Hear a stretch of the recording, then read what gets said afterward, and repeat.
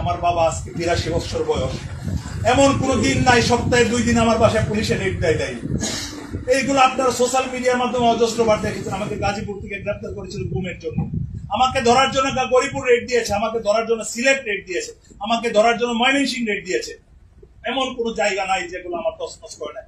আমার বৃদ্ধ বাবা 80 বছর বয়স, বর্তমানে 81 বছর বয়স, 2 দিন পরে বাসায় পুলিশ গিয়েছে। হয়তো আমি 2 তলায় থাকি, বাবা নিচতলায় থাকে। ঘুমের মধ্যে একদিন মাথা ঘোরান দিয়ে পড়ে গিয়েছিল, ওনাকে ঘরে রুমে গিয়ে নিয়ে গেছে। আমার ঘরের কাপড় চোপড় যা আছে, আমার ছোট্ট একটা মেয়ে আছে 3 বছর, ক্লাস 3-তে পড়ে, আমার ছেলে এসএসসি পরীক্ষা যখন দেয় তখন আমি শুধু 20 মিনিটের জন্য বাসায় এসেছিলাম। ওই 20 মিনিটের মধ্যে আমার বাসায় রেড হয়ে গিয়েছিল।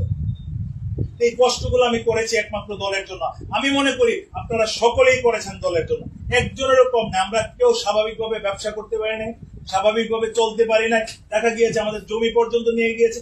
আমি কষ্ট যেহেতু করেছি, তৃণমূলের মানুষের কষ্ট বোঝার ক্ষমতা আল্লাহ তাআলা আমাকে, আল্লাহ তাআলার অশেষ রহমতে আজকে এই জায়গায় আমি চলে এসেছি। তার মধ্যে সবচেয়ে বড় যদি অবদান রেখে থাকে কেউ, তার মধ্যে আমার বাম পাশে বসে থাকা আমার প্রিয় নেতা, যেহেতু আমার অনেক আগে ওনার নেতৃত্বে এসেছেন, আমার শ্রদ্ধাভাজন প্রিয় ভাই, প্রিয় বন্ধু এবং প্রিয় নেতারও কিন্তু একটা অংশ ছিল। আমি আশা করি আজকে আমার কথার পরে, আমার বিশ্বাস আপনাদের বুকের পালস বুঝে আমার প্রিয় নেতা আপনাদের কাছে ওনার মনের ভাব প্রকাশ করবে। প্রিয়